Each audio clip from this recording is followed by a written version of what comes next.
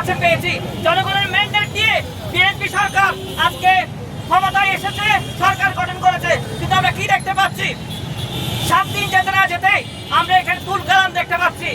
শিক্ষামন্ত্রী আজকে স্বরাষ্ট্রমন্ত্রীর ভূমিকায় অবতীর্ণ হয়। শিক্ষামন্ত্রী কি বলে? শিক্ষামন্ত্রী বলে ঢাকার যেসব কিশোর রাস্তায় ঘোরাফেরা করবে তাদেরকে পুলিশ নাকি জবাবদিহি করবে, তাদেরকে গ্রেফতার করবে। মাননীয় মন্ত্রী, আপনি কোন মন্ত্রণালয়ের দায়িত্ব পালন করেন? আপনি শিক্ষামন্ত্রী, আপনি পুলিশের বাহু মানতে পারেন না।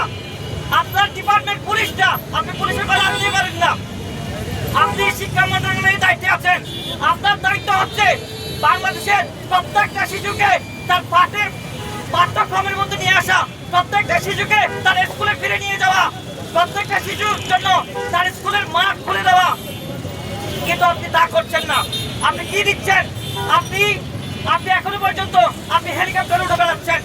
আপনি এখনো পর্যন্ত সে 2001 থেকে 2006 সালে পড়ে আছেন। দেখেন, অনেক বছর পেরিয়ে গিয়েছে, দীর্ঘ 20 বছর পার হয়েছে। 2024 সালের আগে 2005 সালে, 2023 সালে, 2018 সাল থেকে 24 সাল পর্যন্ত আমরা রাজপথে লড়াই করেছি পুলিশের বিরুদ্ধে। যেসব পুলিশ আজকে বিএনপিতে বসে আছে তাদেরকে আমরা ঘেরাও কর্মসূচির মাধ্যমে আমরা দেখিয়ে দিয়েছি। তাদের বিরুদ্ধে আমরা ব্যারিকেড ভেঙেছি দিনের পর দিন। কিন্তু 2024 সালে এই তরুণরা, কলেজের শিক্ষার্থীরা, বিশ্ববিদ্যালয়ের শিক্ষার্থীরা তাদেরকে দেখিয়েছে কি করেছে। আপনারা দেখেছেন সারা বাংলাদেশে পুলিশের উপর কি করেছে সেটা 2024 সালে আমরা দেখতে পেয়েছি। কিন্তু এই মন্ত্রী, এই সরকার ওখান থেকে শিক্ষা দেয় নাই। আপনারা জানেন 2025 সালে আমরা যখন ঠিক এক বছর আগে এই সময়টাই আমরা যখন দর্শন বিরোধী আন্দোলনে লিপ্ত ছিলাম, আমরা যখন স্বরাষ্ট্র উপদেষ্টার পদত্যাগের জন্য আন্দোলন করতে যাচ্ছিলাম, তখন আমাদের একটা টিম স্মারকলিপি দেওয়ার জন্য যমুনায় যাচ্ছিল। কিন্তু আপনারা জানেন আমাদের উপর কি ঘটেছিল? তখন সেদিন ন্যাক্কারজনক হামলা ঘটে এবং সেদিন 12 জন ছাত্র নেতার উপর মামলা হয় এবং এমন ছাত্র নেতার উপর মামলা হয় যারা 400 কিলোমিটার দূরে ছিলেন।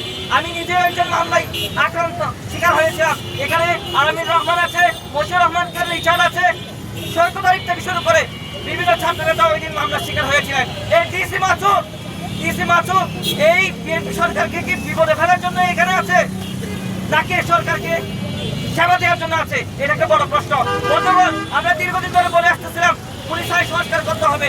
ইন্টারিম গভর্নমেন্টের আমলে আমরা দিনের পর দিন আমরা এই আওয়াজ তুলেছি। আমরা দেখতে পেয়েছি পুলিশ আইন সংস্কারের জন্য একটা প্রস্তাবনা হয়েছে, কিন্তু আমরা দেখতে পাচ্ছি না এটা কোনো ধরনের বাস্তবায়নের কোনো ধরনের আমরা আশা দেখতে পাচ্ছি না। আমরা এই ইন্টারিম গভর্নমেন্টের পরে এই যে সরকার গঠিত হলো, স্বরাষ্ট্রমন্ত্রীকে আমরা বলতে চাই আপনি পুলিশ আইন সংস্কার করেন। এখনো পর্যন্ত ব্রিটিশ আইন দিয়ে পুলিশ সংস্কার হয় না। এখনো পর্যন্ত ব্রিটিশ আমলের 1860 সালের পুলিশ আইন দিয়ে আপনি পুলিশকে কন্ট্রোলের মধ্যে রাখতে পারবেন না। পুলিশ হচ্ছে আমাদের নিরাপত্তা দেওয়ার জন্য নিয়োজিত। কিন্তু আমরা কি দেখতে পাই? একজন পুলিশ যখন আমার পাশে থাকে তখন আমি ভয় পাই, কারণ সে আমার পকেটে ইয়াবা ঢুকিয়ে আমাকে গ্রেফতার করে। ফলে আমরা পুলিশের কাছে নিরাপত্তা চাই। পুলিশ আমার ট্যাক্সের টাকায় চলে, পুলিশ একটা রিক্সাওয়ালার ট্যাক্সের টাকায় চলে, পুলিশ একজন সাংবাদিকের টাকায় চলে। ফলে তাকে নিরাপত্তা বাহিনীতে পরিণত করতে হবে।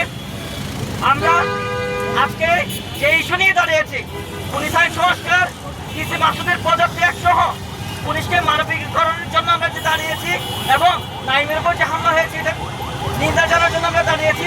আজকে এখানে যারা উপস্থিত হয়েছিলেন, সাংবাদিক বৃন্দ, বিভিন্ন ছাত্র সংগঠনের নেতৃবৃন্দ, আপনাদেরকে ধন্যবাদ জানাই। আমরা এখন